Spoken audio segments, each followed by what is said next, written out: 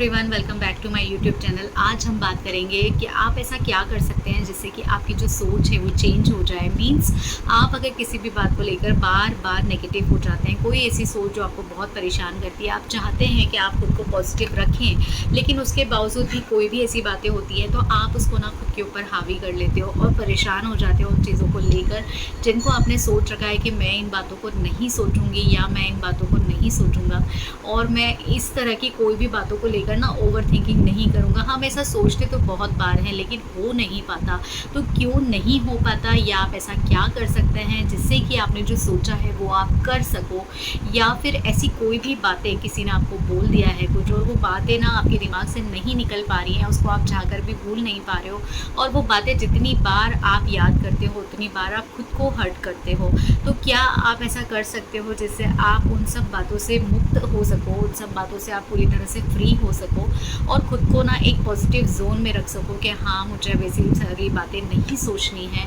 और आपको पता है कि जब आप इस तरह की बातों को सोच रहे हो तो आप कहीं ना खुद को तकलीफ़ दे रहे हो, लेकिन आपका ना खुद की सोच के ऊपर, खुद के इंटरनल बिहेवियर के ऊपर आपका कोई कंट्रोल नहीं है। आप चाहकर भी इन सब चीज़ों से आज़ाद नहीं रह। हम सबके सोचने का तरीका अलग अलग होता है। कुछ लोग ऐसे होते हैं जो कि लाइफ में कैसी भी कंडीशंस आ जाएं खुद को पॉजिटिव रखते हैं। ये वो लोग होते हैं जिनका ईश्वर पर बहुत विश्वास होता है या खुद पर बहुत ज़्यादा उनको बिलीव होता है कि जो भी प्रॉब्लम आई है उससे वो बिल्कुल बहुत जल्दी और अपनी कैपेबिलिटी के दम पर वो इस प्रॉब्लम से ना फ्री हो जाएंगे। उसी के अपोजिट कुछ लोग ऐसे होते हैं जो छोटी सी भी अगर परेशानी आ जाए तो वो बहुत ज़्यादा परेशान हो जाते हैं, उसको बहुत ज़्यादा ओवर थिंक करते हैं। उनका ऐसा नेचर होता है कि कोई इशू अगर आया है तो पूरी फैमिली को पता चल जाएगा कि वो परेशान है और उनके साथ साथ ना फैमिली मेम्बर्स जो होते हैं वो भी परेशान होने लग जाते हैं। इस तरह के भी कुछ लोग होते हैं। तो आप अगर दूसरे तरह के लोग हैं, अगर आपकी सोच ऐसी ही है, सबसे पहले आपको ये ध्यान देना है कि आपका नेचर किस टाइप का है। अगर आप किसी बात को लेकर बहुत ज़्यादा सोचते हो, रात को सोते टाइम भी अगर वही बातें आपके दिमाग में चलती रहती है,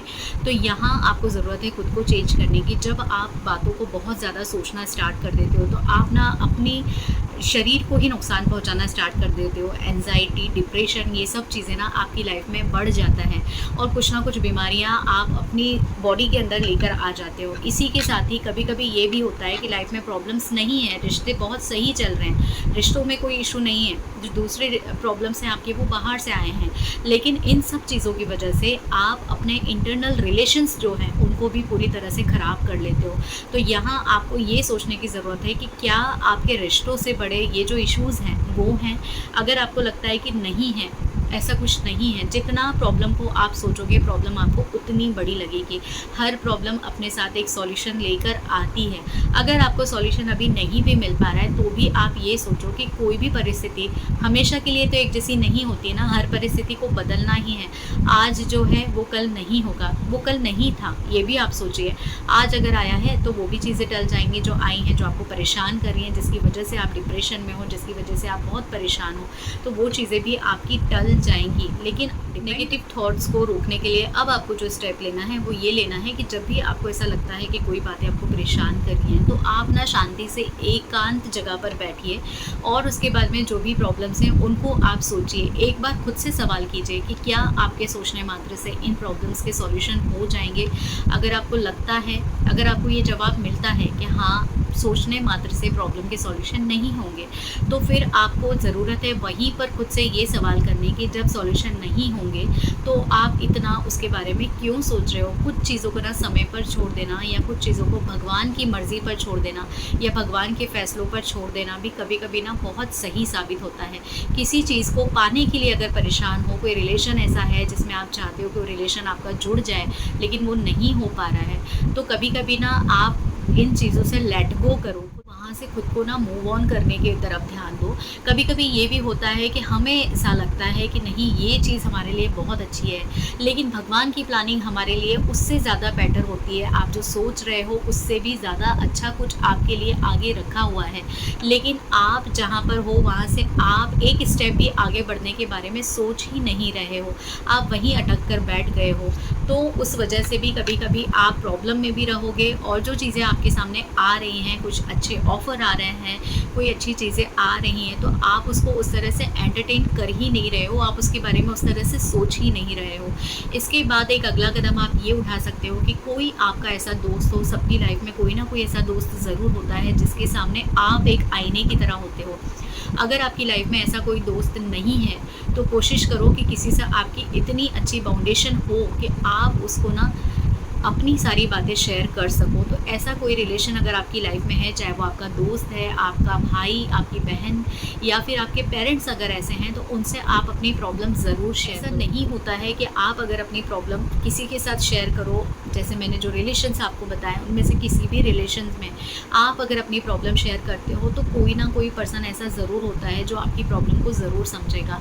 तो आप ना अपनी प्रॉब्लम को शेयर ज़रूर करो। ऐसा नहीं कि मन में रखा है और आप घुट रहे हो उसको लेकर।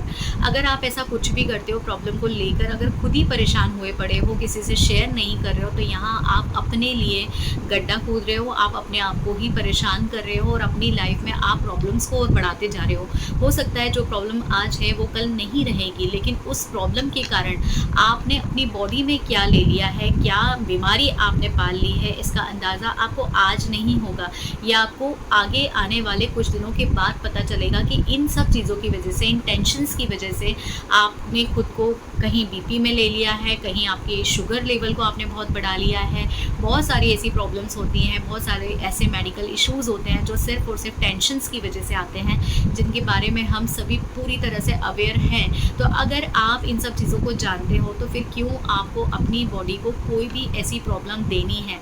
देखिए, प्रॉब्लम्स तो जो है, हो सकता है कि मेडिकल कोई इशू अगर आता है तो मेडिसिन्स लेने के बाद में वो चीज़ें आपकी कंट्रोल में आ सकती हैं, लेकिन उस ड्यूरेशन में जब वो प्रॉब्लम आपकी बॉडी में चल रही है, उस ड्यूरेशन में आप अपने आप को कितना ज़्यादा नुकसान पहुंचा रहे हो। आप फाइनेंशियली भी वीक होगे और आप अपनी हेल्थ को लेकर भी वीक होते चले जाओगे।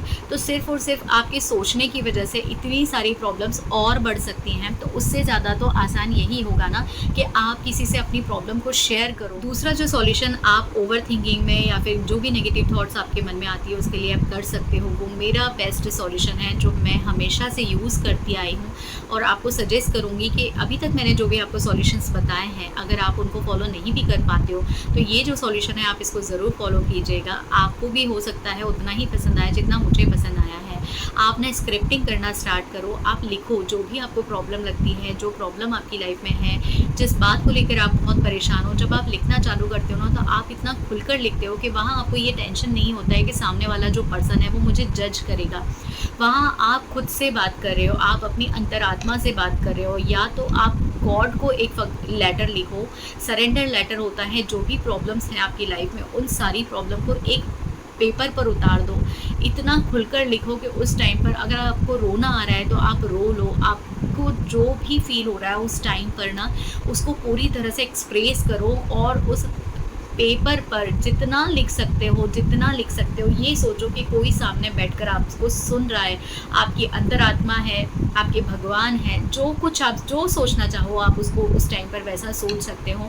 और इसको लिखने के बाद में अगर आप चाहो तो आप किसी मंदिर की दान पेटी में इसको डालकर आ जाओ। दान पेटी में डालने का मतलब ये है कि आपने उसको भगवान को समर्पित कर दिया। भगवान के आगे जब आप उसको रख कर आओगे, तो आपको ये टेंशन हो सकता है कि कोई इसको पढ़े या ना पढ़े, या फिर आप चाहो कि इसको कोई ना ही पढ़े, तो वो चीज़ें हो सकती हैं। तो आप उसको दान पेटी में डाल दो। सालों बाद दान पेटियाँ खुलती हैं, लेटर आपका किसी को कुछ याद नहीं रहेगा। किसी ने पढ़ भी लिया तो किसी को ये नहीं पता होता कि किसने इसको लिखा होगा, और बहुत साल हो जाते हैं लिखे लिखे ना, बहुत सारी चीज़ें ऐसी हो जाती हैं। या फिर आपके घर में जो मंदिर है, वहाँ आप अपने भगवान की तस्वीर के नीचे, मूर्ति के नीचे उसको रख दो। जब आपको लगता है कि अब आप इस लेटर को अपने घर के मंदिर की तस्वीर के नीचे से निकाल सकते हो, उसको निकालो, आप उसको बर्न करो और यूनिवर्स में ना ब्लो कर दो। यहाँ से आपकी जो भी प्रॉब्लम्स होती है ना, वो यूनिवर्स में चली जाती हैं। इसके अलावा अगर आप ऐसा कुछ नहीं करना चाहते हो कि आप अपने लेटर को या तो दान पेटी में डाल रहे हो या फिर घर के मंदिर में रख रहे हो, ऐसा नहीं करना चाहते हो, आपने सिंपल अपनी प्रॉब्लम को लिखा। लिखने के बाद में आपको उसको उसको जला देना है। जलाने के बाद में जो उसकी राख निकलती है उसको यूनिवर्स में ब्लो कर देना है। ये बहुत अच्छा तरीका है अपनी जो भी प्रॉब्लम है उसको यूनिवर्स तक पहुंचाना। और जब आप ये चीज़ें करोगे ना तो आपको इंटरनली ना इतना ज़्यादा पीस ऑफ माइंड मिलता है। आप इसको करके देखिएगा। छोटी सी कोई प्रॉब्लम भी अगर आपकी लाइफ में आज की डेट में है तो आप इसको ज़रूर करके देखिएगा। मेरा दावा है आप इतना हल्का महसूस करोगे, इतना लाइट फील करोगे, आपको ऐसा लगेगा जैसे आपने किसी से अपने मन की बात कह दी है। होता है कभी कभी ऐसा कि कोई रिश्ते हमारे आसपास ऐसे नहीं होते हैं जिनसे हम अपनी सारी बातें शेयर कर सकें, या फिर कहीं ना कहीं हमें ये डर होता है कि कोई भी पर्सन जिससे हम अपनी प्रॉब्लम शेयर कर रहे हैं वो हमें कहीं ना कहीं किसी ना किसी तरह से जज करेगा। तो इन सब चीज़ों से बचने का स्क्रिप्टिंग के अलावा और कोई सॉल्यूशन नहीं हो सकता।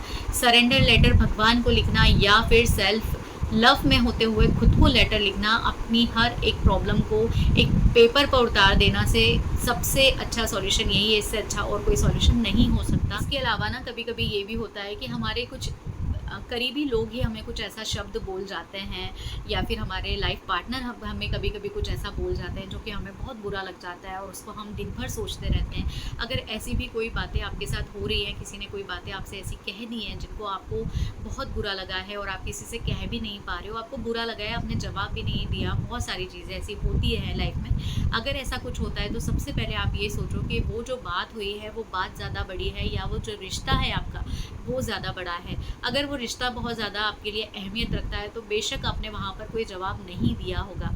लेकिन अगर आपको किसी ने ऐसा कुछ कहा है कि आप कुछ कह नहीं पाए हो लेकिन आप उससे ना ओवरकम नहीं कर पा रहे हो, तो उस सिचुएशन में आप क्या कर सकते हो? सबसे पहले तो आप ये एनालाइज करो कि व्यक्ति ने आपको बोला किस रीज़न से है।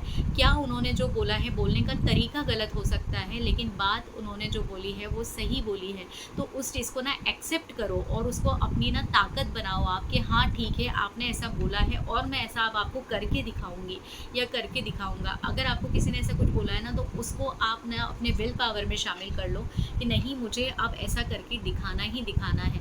ज़रूरी नहीं है कि हर बात का जवाब आप ना बोल कर ही दो। कुछ बातों के जवाब को ना समय पर छोड़ देना चाहिए। वहाँ पर जाके ना आपकी लड़ाई भी ख़त्म हो जाती है, आपको खुद कुछ नहीं बोलना पड़ता है, समय आपकी तरफ से गवाही देता है हर चीज़ की। तो ये बहुत अच्छा एक माध्यम हो सकता है अपनी किसी भी बात को ख़त्म करने का।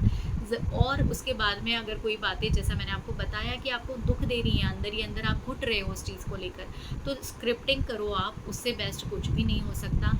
हर एक्शन पर रिएक्शन देना या हर रिएक्शन पर एक्शन देना बहुत ज़रूरी नहीं होता।